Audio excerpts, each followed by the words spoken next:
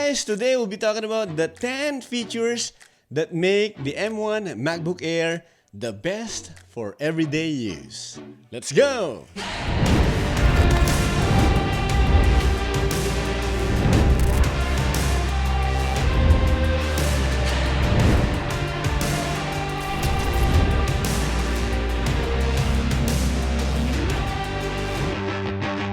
Start off with number 1, the M1 chip. Yeah, there you go guys. The M1 chip was introduced late last year by Apple and they never looked back. They put the M1 chip in 3 of their Macs, including the M1 Mac Mini, the M1 MacBook Pro, as well as this M1 MacBook Air. And for the MacBook Pro and MacBook Air, they're both 13.3 inch in size. This Mac is awesome because it's fast, it's snappy. Everything you do here, you'll be productive and more creative. And included in the M1 chip is the CPU, the GPU, as well as the unified memory, all in one small chip. And Apple was able to cram everything in there to make it really possible. And most especially, it's well compatible with macOS Big Sur. There you go, that's number 1. It's the M1 chip, which is really amazing.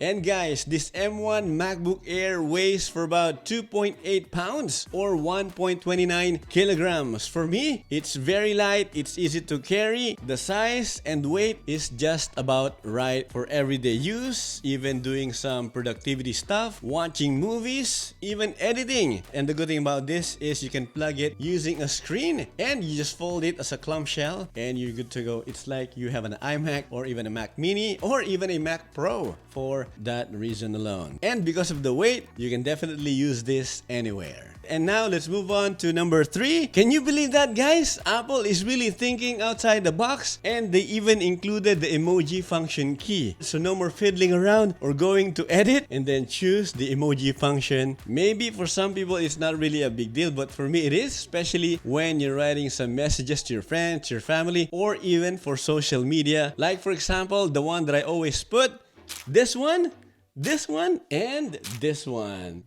Alright, there you go. That's the emoji function. And that was number 3. Alright, moving on now with number 4. And this one is the Do Not Disturb function key, which is the F6 button. Yes, it's a big deal as well. Why? Because Apple will not even put it there if it's not a big deal. You can find it at the F6 button and just one touch of the Do Not Disturb F6 key and everything is quiet. No notifications at all. All of the notifications that you have on your Mac or all of those enabled before are now disabled until such time you turn it back on. So there you go guys, that's the beauty of that easy to find, easy to press key. Yeah guys, gone are the days that you have to look for that specific key anywhere on the top bar of your Mac, or even when you swipe to the left, you'll see it there and just click it. But not anymore guys. All you have to do right now is just press that F6 key function and everything will be turned off for you. Right now, moving on to number 5, which is snappy apps. Since this one has the M1 chip, everything is fast, everything is snappy. When you open Safari, it's like instantaneous. You type the website and you're good to go right away. Considering the fact that you have a good internet connection as well. But even then guys, it's really quick. And this version of Safari is native to the M1 chip and to the macOS Big Sur. But of course, some of the apps are not natively supported yet. That's why they have this Rosetta 2 to take care of the apps which are not natively compatible yet. And the Rosetta 2, it does a great job every time you open the app. Like for example, when you open Google Chrome, it opens quick as well and it's barely noticeable that it's running under Rosetta 2. And guys, not just for web browsing, particularly now that I do video editing here on this Mac, the Final Cut Pro 10 app is very smooth and snappy as well. I can definitely edit here 4K footage as well as 1080p footage. The only problem that I'm having when I'm video editing is that when I have multiple layers stacked all together at the same time when I'm color correcting the footage. But really, those are minimal complaints and really I will still edit using this MacBook Air. It is that good. And also maybe you've seen my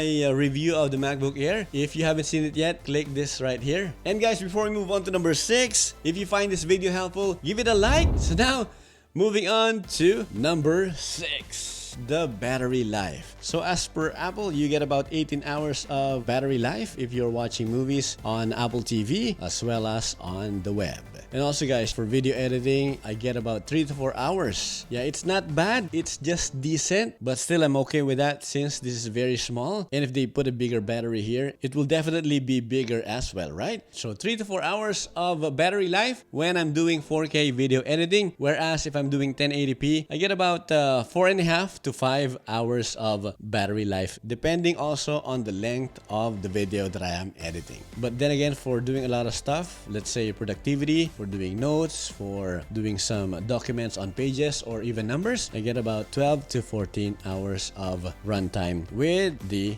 battery right here. So there you go guys, that's number 6, and that's the battery life, which is again amazing. And moving on right now with number 7, and that's the instant on. It only works when the Mac is on sleep mode. So like for example this one, the Mac is on, actually it's powered on, but then when I open the lid, voila, it's on, it's right there, and I have the notes with me right here for reference. It's really good guys, amazing. Whereas if I'm using my iMac, I still have to wait for about 5 to 6 seconds or maybe 7 seconds before I can even type on the screen of my iMac. Yeah guys, so definitely this one is a game changer for me. And the good thing about that is you don't really have to put your password when you just close it for a while and then open it up. But if it's on idle and it's been sleeping for a while, then that's the time you either press the Touch ID or put your password in.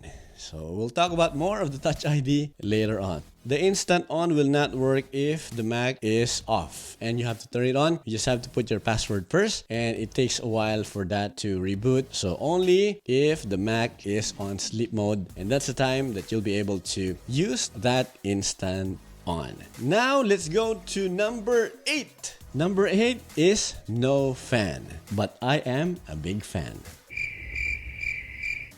Alright, no fan because really, why is it a big deal for me that this Mac doesn't have a fan? Well, number 1, if you do a lot of live streaming guys, definitely a fan is a no-no, or a noisy Mac is a no-no. So this one is really amazing for live streaming. Although I haven't tried it yet, but I am pretty sure that this Mac will handle it perfectly because my iMac handles my live streaming way back using Ecamm Live without any problems. And this Mac is faster than my iMac. And my iMac has also a 16 gig of RAM. So I'm pretty sure that this one can handle live streaming very well, even though it doesn't have a fan. Because when you do live streaming, you don't want to be interrupted with a fan or even distracted while you do your live stream. And maybe you're wondering what happens if this MacBook Air gets hot. Honestly, I haven't experienced that at all. Even I'm editing in 4K. Even though it struggles a little bit, it's not even hot to the touch, guys. And that's feature number 8. And right now, moving on to number 9, which is the keyboard. Yeah, guys, it's a big deal as well. Because previously, when they introduced the MacBook way back in 2012, it was using the butterfly switch mechanism, which isn't good. And I saw it firsthand with my wife's MacBook. The spacebar is kind of hard to press. You really have to press it hard for you to be able to use it. And now the 13.3-inch MacBook Pro as well as this MacBook Air, they're both using the scissor switch keyboard, which is amazing, and it's protruding a little bit, but man, what a joy to use. I love this keyboard, guys.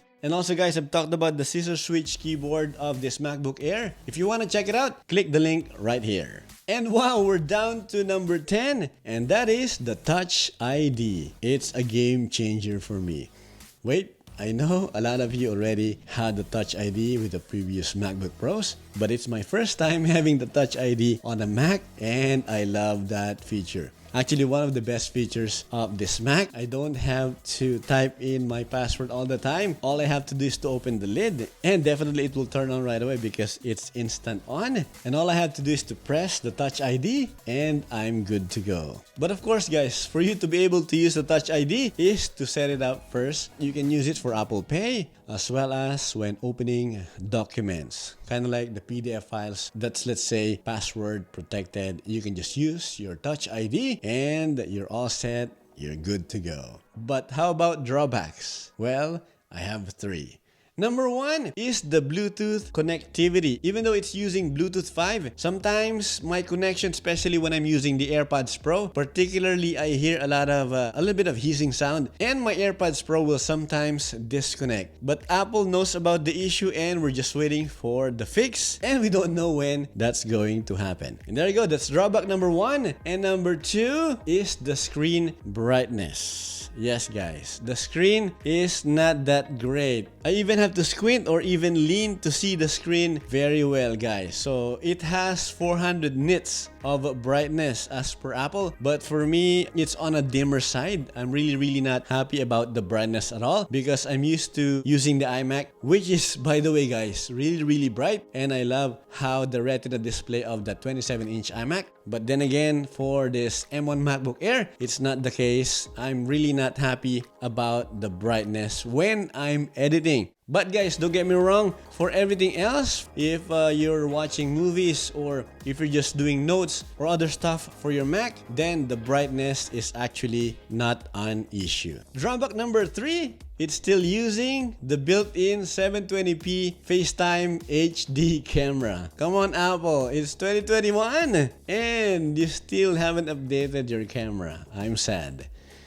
But they have updated the image signal processor, which again enhances the look of the video itself. Well, I've tried it, it's not bad, but I would say it would be best if at least they put 1080p camera in there, just like the iMac Pro. So there you go guys, those are the 10 features that make the M1 MacBook Air the best for everyday use, as well as I added 3 drawbacks because this thing is not perfect at all, but I would say that it's awesome for its price. It's awesome because it's fast, and for me, that's good enough for now. How about you guys? Am I forgetting something, or do you have anything to add to the list? Let me know in the comment section below and let's have a discussion. So there you go guys. Thank you so much for joining me. If you ever find this video helpful, give it a like and don't you forget to subscribe if you haven't yet.